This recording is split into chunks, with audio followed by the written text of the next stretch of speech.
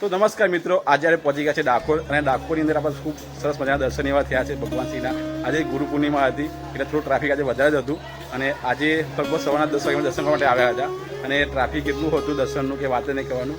હજારો ભક્તો ભગવાન શ્રીના દર્શન કરવા માટે આજે આવ્યા હતા અને દર્શન કરવામાં ખૂબ તકલીફ પડી પણ કંઈ નહીં, ભગવાનના દર્શન મળી ગયા છે અને આજે આખો વિડીયો તમે જોજો અને વિડીયોમાં ખૂબ સારી મજા આવશે.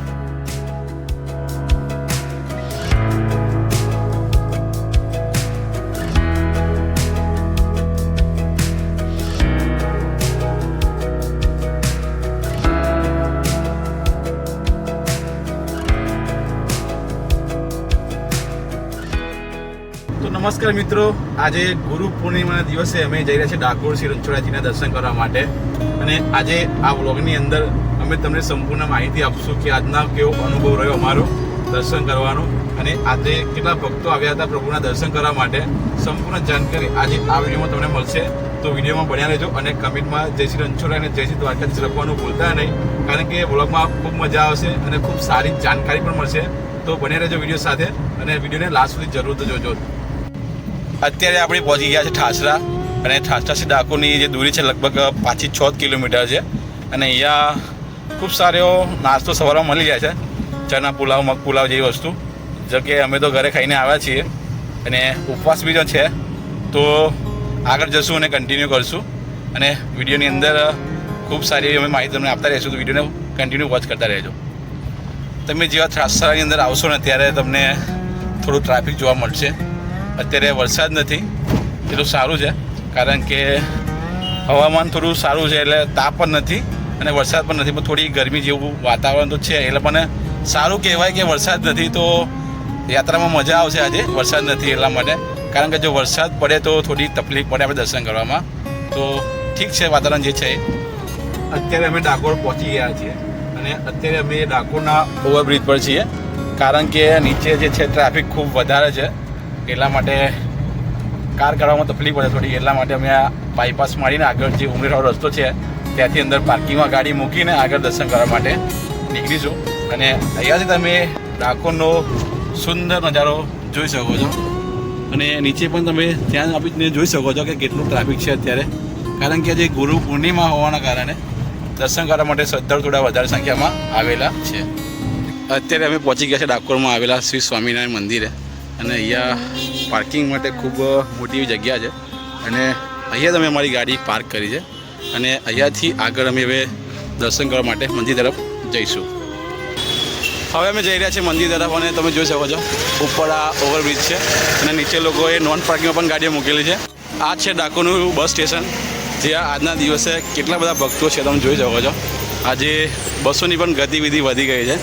ગુરુ પૂર્ણિમાના કારણે આજે લોકો બધા વિશેષ દર્શન કરવા માટે ડાકોરમાં આવતા હોય છે, એટલા માટે ગુજરાત એસટી પણ થોડું વધારે કામ કરે છે આજના દિવસે ડાકોરમાં. થોડી સ્પેશિયલ બસ પણ ચલાવતી હોય છે ડાકોર માટે, અમદાવાદથી, આણંદથી અને વડોદરાથી. વિડીયોની અંદર તમે જોઈ શકો છો કે ડાકોરની અંદર આજે પૂનમના દિવસે કેટલું બધું ટ્રાફિક છે અને રસ્તા ઉપર ચાલવાની પણ જગ્યા નથી. કંઈ પણ રીતે અમે ચાલીને ડાકોર મંદિર તરફ જવા નીકળ્યા અને રસ્તાની અંદર બંને સાઈડ બહુ બધી દુકાનો આવી ગઈ હતી, કારણ કે પૂનમના દિવસે અહીં બહુ મોટા મેળા જેવો માહોલ બની જતો હોય છે અને અહીંયા રસ્તા ઉપર ઘણા બધા ફળફળાદી અને ઘણી બધી ઘરની ચીજ વસ્તુઓ મળતી હતી. ધીરે ધીરે અમે આગળ ચાલ્યા અને જેવા આગળ ચાલતા ગયા અને એવું જ રીતે ભક્તોની સંખ્યા વધારો થતો ગયો. અમે ધાર્યું હતું એના કરતાં પણ આજે શ્રદ્ધાળુ વધારે હતા. સવારના લગભગ 10 વાગી ગયા હતા અને અમે એ ટાઈમ પર આવ્યા હતા જ્યારે ટ્રાફિક જે હોય એ પીક પર હોય છે.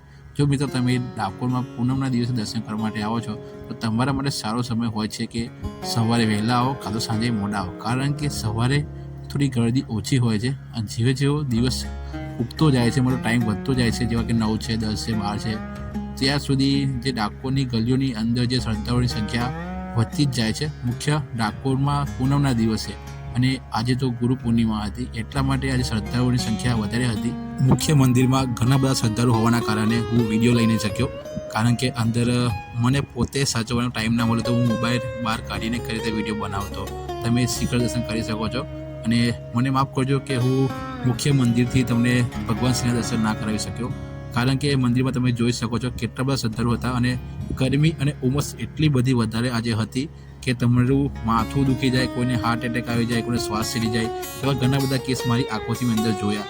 કારણ કે આવી ગરમીમાં અને ઉમસમાં માણસોને કંઈ પણ થઈ શકે છે. અને અંદરનો વિડીયો એટલા કારણે મેં ના લઈ શક્યો કારણ કે અંદર બહુ વધારે ગરદી હતી. અત્યારે તમે જોઈ શકો છો આ તલાવની બાજુ પણ કેટલું ટ્રાફિક છે પૂનમના દિવસે, કારણ કે ગુરુ પૂર્ણિમાનું મહત્વ બહુ વધારે હોય છે. ભગવાન શ્રીને બધા ગુરુ માનતા હોય છે, એટલા માટે ઘણા બધા દર્શનો માટે લોકો આજે ડાકોર આવતા હોય છે. એટલા માટે તમને સારું કહીશ કે જો પૂનમના દિવસે તમે દર્શન કરવા માટે આવો ડાકોરની અંદર તો સવારે વહેલા આવજો, કાં તો સાંજે પછી આવજો, કારણ કે બપોરની અંદર બહુ પીક હોય છે શ્રદ્ધાળુઓની અને એ ટાઈમ પર દર્શન કરવા ખૂબ મુશ્કેલ પડે છે. જો તમારી સાથે સિનિયર સિટીઝન હોય અને નાના બાળકો હોય તો આ વાતનું ખાસ ધ્યાન રાખજો.